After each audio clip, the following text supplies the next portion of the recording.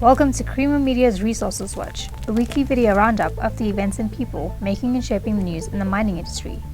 This week, Americans, Australians partner to build out a scale-up global green hydrogen ecosystem. Copper 360 Mining School attracting international partner attention. And essential integration of mining with circular economy is highlighted at mining summits. Building out and scaling up a global green hydrogen ecosystem collaboratively is at the heart of an American-Australian business partnership.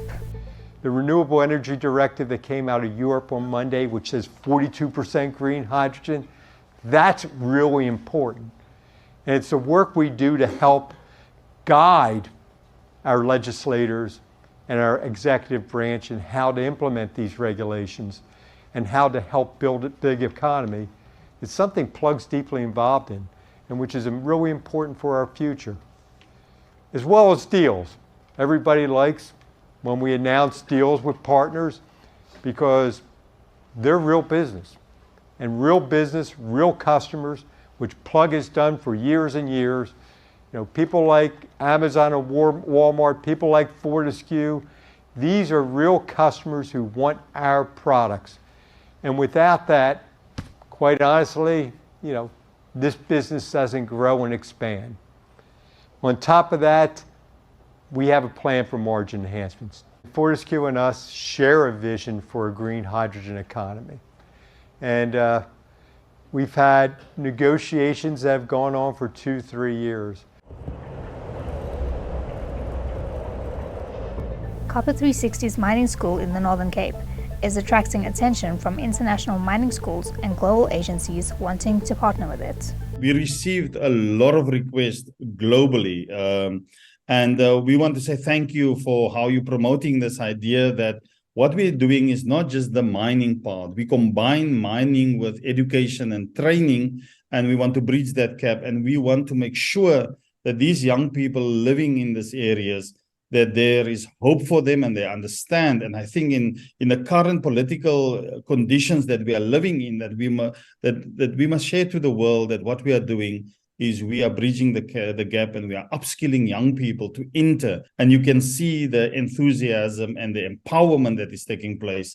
And that is the role that you are playing at the moment to help us to promote this idea so that we can share this message to the world and to South Africa that there is hope, we can uplift, we can develop, and we can bridge the gap in terms of mining skills. Circularity is already practiced at many mine sites, which use circular principles to reduce waste and conserve water. We all know the numbers in terms of how much supply is needed for these critical minerals. There's varying estimates, so there's no point being stuck on which one is right, but roughly 6 times across the portfolio. So you can't have that supply response from mining. You need as much mining as possible. So I look at it as what I call responsible production. So even if you ramp up all the responsible production you can between now and 2050, we think there's still a gap. It's hard to quantify it, but there's still a gap. So how do you meet that gap is we would like to think is responsible consumption, which is essentially your circular economy. And circular economy is not just recycling, it's product life extension, repair, reuse, all of that. And the very last step is recycling. So it's not at competition with primary mining, unlike what people might like to believe, because you need as much mining as you can responsibly, but you also need to consume more responsibly and have circular ecosystems. For mining news as it breaks, stay logged on to miningweekly.com and register for our free daily newsletter.